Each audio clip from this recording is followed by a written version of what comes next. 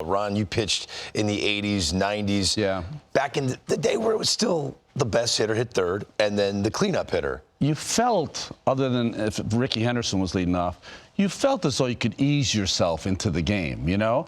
That I remember the one year Pittsburgh, when they were starting to become a really good team, Jay Bell hit in that second slot. I think he had 30 sacrifice bunts that year. So it was an entirely different game. Yeah, in front of Vance like Bonilla and Bonds. That's right. Right? So was it easier? Would you say it's easier to pitch back then, or the way they front load the lineup now? Would you prefer the way they line it up today? Would you rather face a modern lineup or the lineups you face in your career? You know, the older you get, you want to feel you're getting better, but that's not the case. The lineups today are just nasty right from the start. You better have your A game right out of the bullpen. Okay. Sorry. So my dear friend Harold Reynolds can't stand the lineup configuration of today's game. He hates it. He hates that the best hitter bats second and the next best hitter bats third. That's because it would have taken him out of the leadoff in the second hole. Oh, we're on It's personal. We're on to you.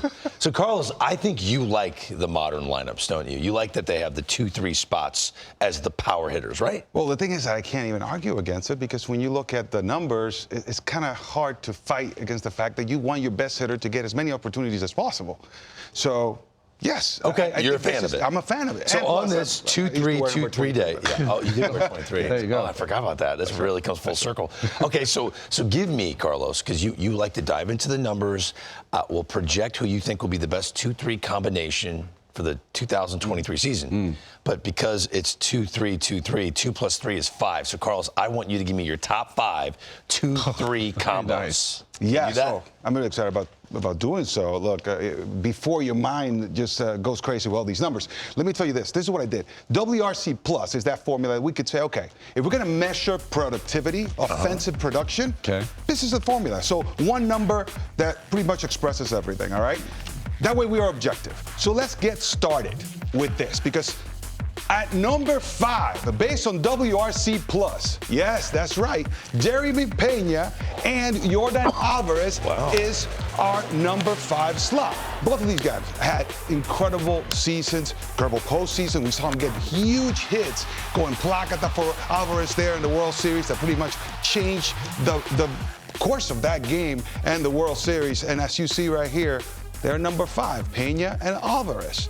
All right. Now, Pena, this is his first year. I'm going back, you know, this past season. We'll see what's going to happen next year. This guy's extremely talented. This is a very dangerous duo. But coming in at number 4, I'm going to show you what we got here. Oh. Soto and Machado. That's now, pretty good. I'll tell you what, these guys can absolutely swing it. They can match. You see, Soto is one of those complete hitters who understands the strike zone, and he puts a hurt on it when it's in the zone. Now, we may think of Machado as one of these free swingers, but he's actually not. He is one of these guys that waits for his pitch, and when he gets it, he crushes it.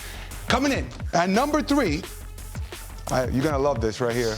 Better than Soto. Mike Trout. What? Did you see Greg's face? Come on. These are the numbers. I'm just giving you the numbers. WRC Plus is calculating this. Now, we're seeing 2 of the best hitters in all of baseball. But when you see the performance this past season, they are in the number 3 slot. I knew you were going to shake your head at that. Did the shredder put this What's list that, together? WRC Plus or RC Cola? What was it's that? It's the formula, WRC Plus. What do you want me to do? Number 2 on the list, Paul Goldschmidt and Nolan Arenado. That's pretty good. That's all right, pretty this 2 guys, you know, we were arguing, look, Goldie was the MVP of the league, but when you look at Arenado, what he did, also an MVP candidate, legit MVP candidate, these guys were solid throughout the entire season. Even if Goldie fell off slightly a little bit there towards the end, still MVP, great year by these 2 guys, great duo. Now, coming in at number 1, and you did not think about this one, guaranteed, Aaron Judge and Anthony Rizzo, based on WRC Plus, are the number 1 duo, 2-3 hitters in all of baseball. These guys posted great numbers. Anthony Rizzo, 133 WRC Plus, but this is it. This is the thing. Judge had a 207 WRC Plus. You know what that means? It means that he was twice as good as an average major league player. That's crazy. pretty good. It- Yeah. 107% better than an average Major League player. But it is a little weighted there. It'd be like me and Greg saying we have 25 Emmys between us, and Greg has 20. It's weighted because Judge had such an amazing year, right? But Anthony Rizzo, it's at 133, which means he's 33% better than an average. Okay. The thing is that Judge was out of this world. What do you want me to do, guys? That's what the number says. Okay, fine. But I want you to pick your favorite 2-3 combo that will have the best season in 2023. Okay. So I had to think about this. I had to dive deep into the numbers and also go with my heart, because the first thing I did was go with my heart. I looked at it and I said, Soto, Machado, that combination. But then I'm like, okay, you can't go just on a hunch here. Yeah. Let me see what's going on here. Because I told you, these guys, we think about Soto being so disciplined at the plate, and yet Machado, we may say, no, he's a free swinger. Not the case. I know Soto has a lot more discipline at the plate, but Machado is so precise with the pitches he swings at.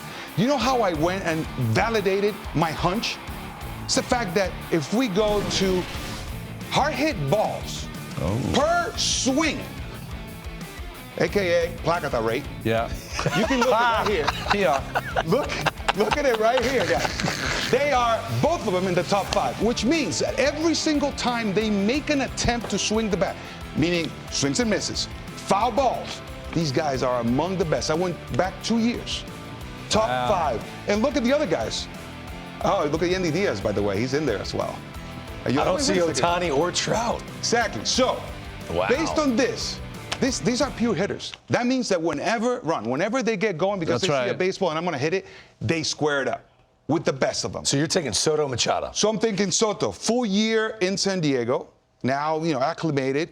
After a year that perhaps he's like, man, that wasn't my best, he's highly motivated to go out there and just absolutely crush. How about Machado?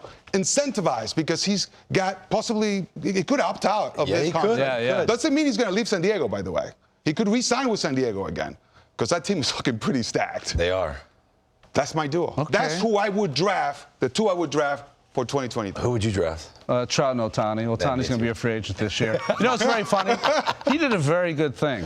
He's a very smart guy. He is. He took the rug underneath you when he took the Angels as number 3. You're like, I can't believe that. And then he threw you the bone, the Cardinals. Like, it just made you happy Put them again. at number 2. Yes, he knows exactly what he's doing. And then he said, I'm going to go with my heart. And then he went with more numbers to give us why. Hard hit rate. He's a numbers guy, Carlos Pena. No, I just validated my heart. That's what I did. I love the placata rate. The placata rate. yes. Placata rate. It's AKA the real thing. plackets It's the real rate. thing. That was Placata rate. great.